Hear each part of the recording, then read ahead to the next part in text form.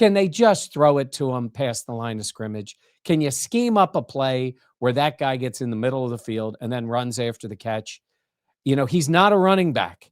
I get it that is a play that can get you some yards, but you are bereft of targets for guys down the field.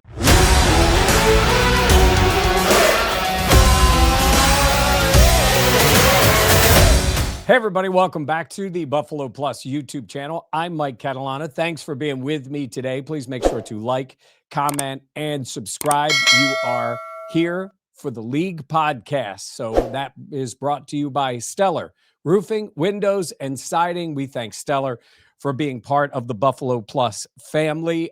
Today, what are we going to talk about? Well, we're certainly going to talk about what happened in that Dolphins game, that disaster of a game for the Bills.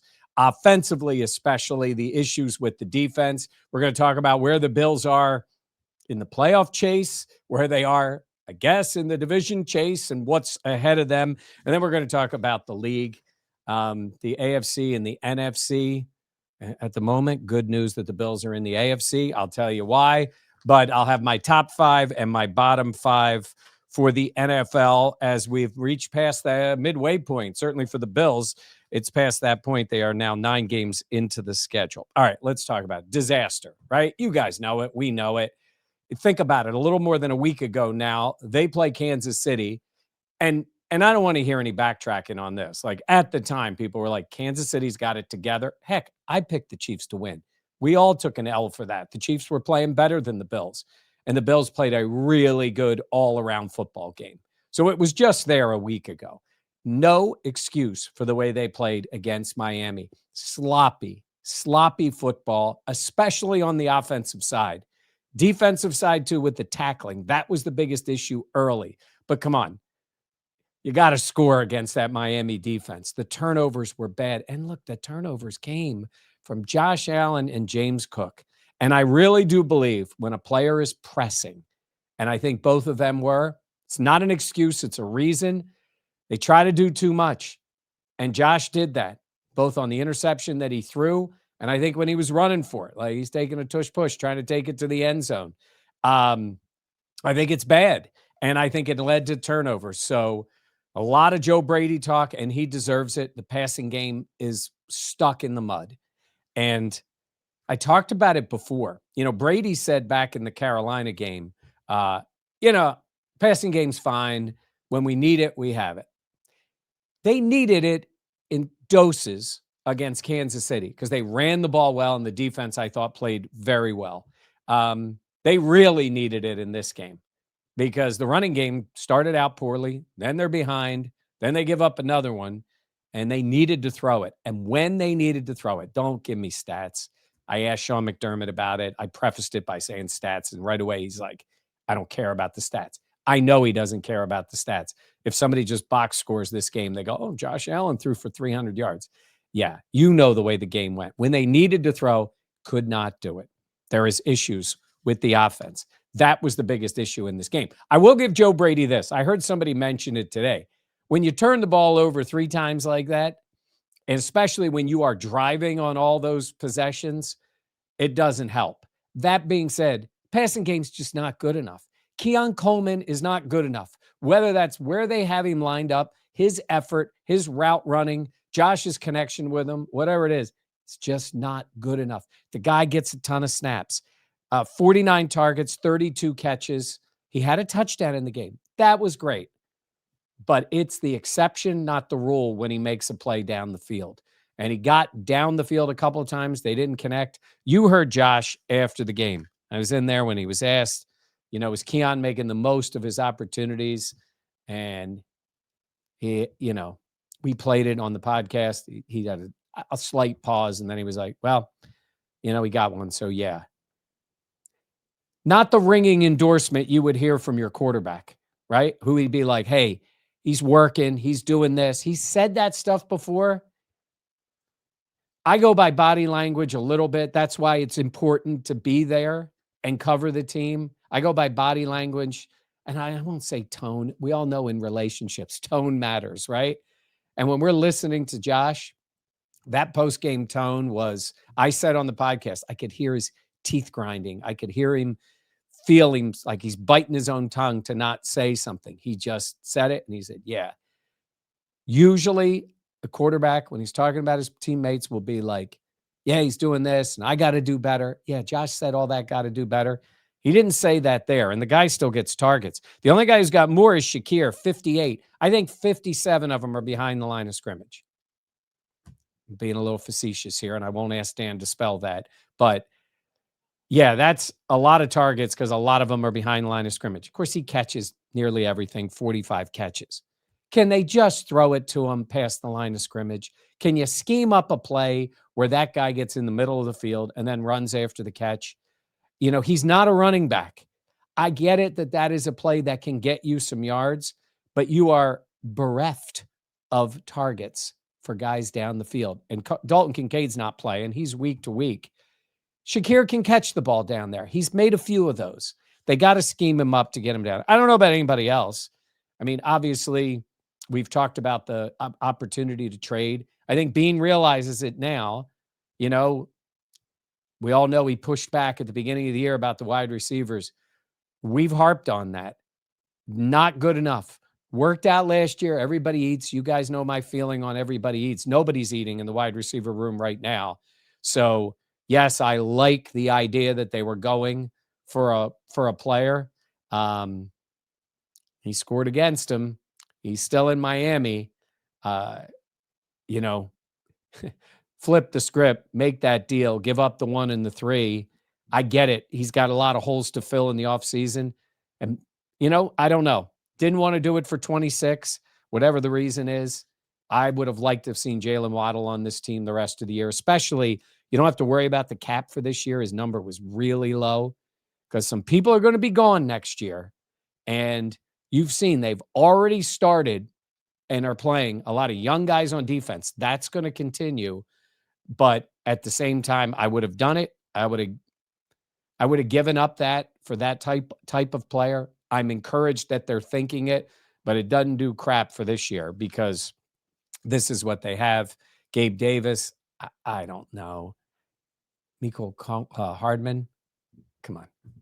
I mean, he's fast, so put him out there and let him run down the field at some point. But I'm not encouraged by any of that. You know, Curtis Samuel, Elijah Moore, like, you know, whatever. We'll see how it plays out because they're not going to have Kincaid when they play the Bucs. We're going to have a video on the Bucs coming up. You'll see that probably comes out, I think, Wednesday morning. So we'll talk more about the Bucs. Where the Bills are, do you know they are 32nd in rate of pass plays on first down? Let me check real quick how many teams there are. Oh, yeah, there's 32 teams in the NFL. I know you want to establish the run, and I know James Cook's a good player. But 32nd? 32nd? And then if you're going to be that team, they bailed on it kind of early in the Miami game. You know, Joe Brady said, I wish I would have thrown it more early. But if you're going to be that team because you choose to be, that's one thing. If you're going to be that team because you can't throw the ball, that's another. 32nd in pass plays on first down. So obviously they're number one in run plays. I don't love it. I think they need to be able to run the ball. I think they need to get the ball in James Cook's hands, but that was not great. You guys know how I feel, how Dan and Jenna feel about Brian Daboll. I think Daboll did a ton for Josh Allen, but I was thinking of it. I don't know what's going to happen. I'll tell you this. There was issues with McDermott and Daboll. We all know that. I think those issues are gone. I think they've gotten things together personally. I think Brian Daboll at some point would like to come back to Buffalo. It doesn't feel like it's going to happen now. I don't think you want to disrupt this whole offense. I shouldn't say it that way. I don't think you're ready to blow it up and have the guy start right now. I know they've done that before, but that was an in-house thing when they elevated Brady. It is a different offense at the moment. Certainly that run rate of 1 in the league is not what Daboll had. You know what else Daboll had? He had Diggs, he had Beasley, he had Brown, he had Sanders, he had a young Gabe Davis playing in the role that he should have been in. Yeah, they had a lot of dudes to throw the ball to. So maybe if you're Daboll, you're saying, I'm over here. I'm still getting my Giants money. Come find me in the offseason, and we'll see where we are next year when you go out and get a wide receiver for Josh Allen to have. So, and then, that brings me to what they do, offensively now. I just think you have to find a way to adjust. Teams are sitting there going, if we stop James Cook, we stop the Bills offense. That's the NFL, man. When they figure it out, they're going to come at you. It's stop the run, blitz, and attack the rest of the game. That's what they're going to do.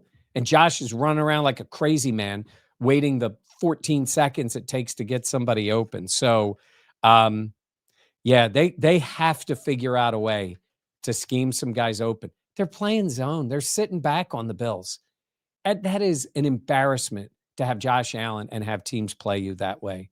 So we'll see if anything changes. It's going to be a tough stretch here. Tampa, we'll talk about them, like I said.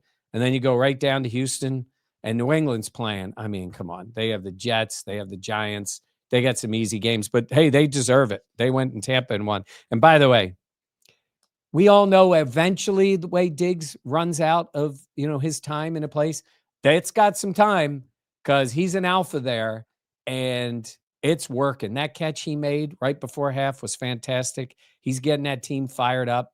And Drake May loves him. Josh Allen loved him until he didn't. Well, we still got a few years before Drake May stops loving him, and there's a problem. So it's an issue. So, yeah, like I said, plenty more to talk about. Plenty more to talk about with them. And Dan and Jen will be joining me, and they have their thoughts. Oh, we have a live podcast. We're at McGregor's in Gates, west side of Rochester. Meet us out there on Thursday. We've still got a couple of more, including one where we'll be back at the Riverworks. That's in December in Buffalo. And we have another one in Webster where we'll be out there, but that's in December. But for this Thursday, we will be in Gates in Rochester. All right, let's get to top 5, bottom 5 in the league.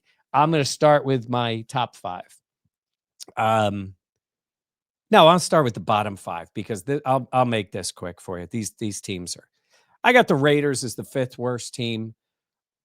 It would be one thing to say, man, they hung in there with the Broncos. One of the worst football games you'll ever see. I guess they didn't lose by a lot. They just were a mess. They fired some people. So I've got them at number 5. The Saints won. They won. They beat Carolina. I don't know what goes on in this NFC South. Tampa's going to win that division almost by default. I mean, they're a pretty good team, but by default. I just have them there as the 4th worst team. Congrats to them for getting a win. My 3rd worst team is the Giants. They're bad. They blew a lead. They fired Daboll. Mike Kafka has been a OC. He's in that Andy Reid tree of people. We'll see if, what happens with him, what the Giants do. It's not a good football team. In the last 5 years, they have a worse record than the Jets. I don't even have the Jets in my bottom 5. They won a game. Crazy. They did it like they never had seen a forward pass. They made the Bills look like Air Coryell in the 70s, 80s, I guess that was. But they found a way to win with a couple of returns, so good for that. But the Jets, over the last 5 years, with a better record than the Giants. New Jersey football is a dumpster fire. I say it again. Number 2 is the Commanders. They stink. Poorly run organization. Josh Harris, I'm a Sixers fan. He owns them too. He's a lousy owner. He's survived because the Sixers had talent. He'll screw up Washington. There's no doubt he'll screw him up. Jaden Daniels, who knows what's happening with him. If I was them, I would sit that kid out the rest of the year. They're terrible. Their defense is awful. They have a bunch of injuries. They signed a bunch of old guys. And I'll put the Titans at number 1 because they've been terrible. Every metric, they're bad. I don't know what they're going to do in the offseason. I feel for the kid at quarterback. I don't know how good he is, but nobody's able to tell. All right, top 5. Here we go. Number 5, the Colts. They survived. They got a win. Took them overtime. I've been big on the Colts. I don't know how they'll hold up. I don't know what it's going to be like playoff-wise. Playoffs are going to be wild when we get there in the AFC. But I got them at number 5. Number 4, the Eagles. I watched them last night. Weird game. The defense is going to be really good. Vic Fangio is a great coordinator. That D-line is getting after it. They have the corners. They're a little weak at that second corner, but they can make up for it. The offense, they don't mind being ugly.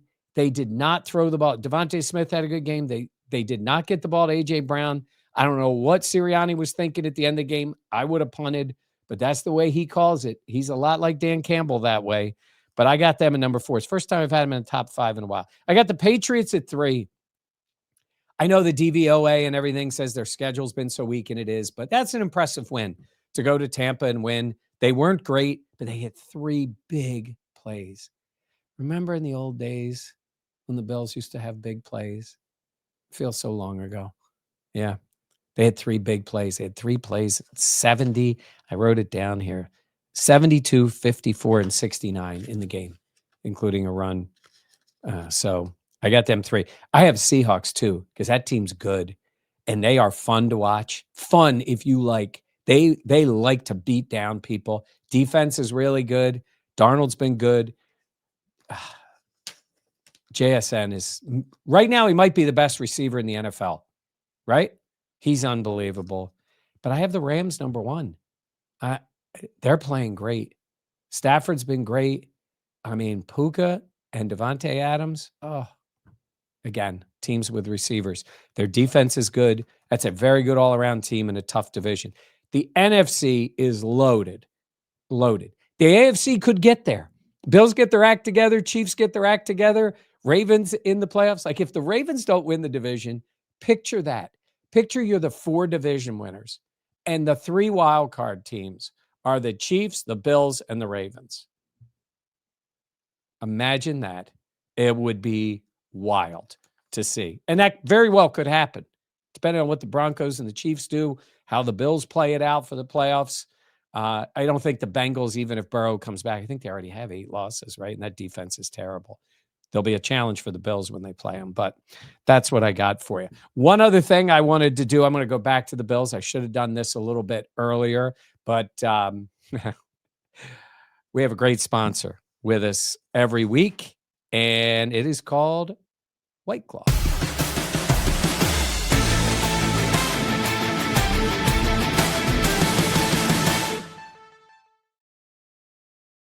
The White Claw grab of the week. Grab life by the claw, and it's for the grab of the week.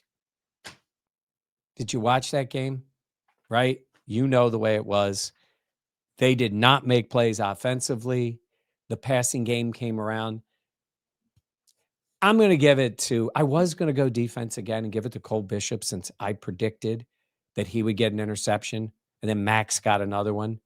You know what? Until the passing game gets fixed, I'm going to say Cole Bishop with the White Claw grab of the week, grab life by the claw.